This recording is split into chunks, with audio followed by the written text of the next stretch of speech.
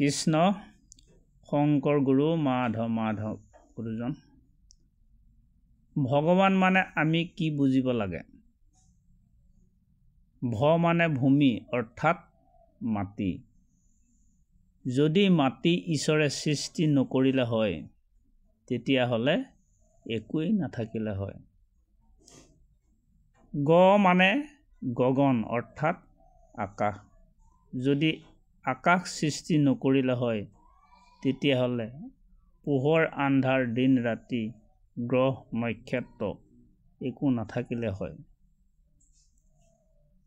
বা ব অৰ্থাৎ বায়ু, আকাৰ অৰ্থাৎ অগ্নি, বতাহ যদি নাথাকে জীৱ যি নাথাকে। অগ্নি অৰ্থাৎ তাপ, তাপ নহ'লে জীৱৰ সৃষ্টি নহয়, কাৰণ সন্তান মাতৃৰ পেটৰ গৰমত জন্ম দিয়ে। ন অৰ্থাৎ পানী,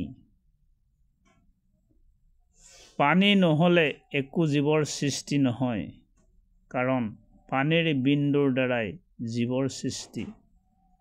সেয়েহে পৃথিৱী, আকাশ, অগ্নি, বতাহ আৰু পানী এই পাঁচবিধ বস্তুৱেই হ'ল ভগৱান।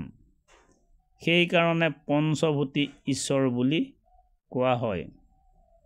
এই ঈশ্বৰেই শব্দ ব্ৰহ্ম হৈ মহাভাগৱতত থকাৰ কথা উদ্ধৱক প্ৰকাশ কৰিছে। সেই মহাভাগৱতত ঈশ্বৰৰ যি লীলাসমূহ আৰু ভকত বৈষ্ণৱসকলৰ লগতে ঋষিমুনিসকলৰ ঈশ্বৰ ভক্তিৰ কাহিনী নৰজাতিৰ কাৰণে থৈ গৈছে। সেয়েহে পঢ়ি শুনি মন প্ৰাণ স্থিৰ কৰি মনৰ বেয়া অভ্যাস, বেয়া কৰ্ম, বেয়া সকলো বস্তু ত্যাগ কৰি ঈশ্বৰৰ অভয় চৰণৰ সেৱাৰ পাত্ৰ হৈ সকলো শৰীৰ আত্মাক ঈশ্বৰ দেখিবলৈ শ্ৰেষ্ঠ নৰ শৰীৰ প্ৰদান কৰিছে। সেয়েহে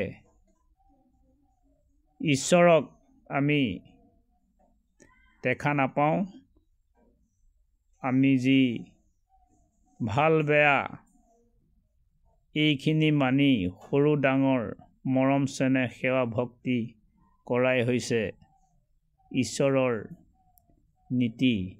সেয়েহে আপোনালোকৰ আগত দুআষাৰমান মনৰ ভাৱ প্ৰকাশ কৰা হ'ল।